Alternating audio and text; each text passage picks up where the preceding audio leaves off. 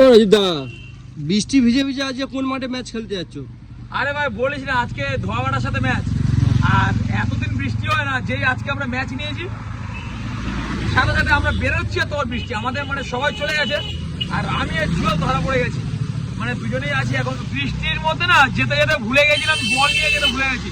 তো একটা বাচ্চা বলেছে ও বল নিয়ে আসছে, তো ও বল নিয়ে আসছে, তো বলটা নিয়ে তারপর যাবো। আর ধোয়াঘাটা আজকে কিন্তু শিওর, আজকে ধোয়াঘাটাকে হারাবো। এই বলে বলে কিন্তু দুবার হেরে গেছি, কিন্তু আজকে কিন্তু ধোয়াঘাটাকে হারাবো।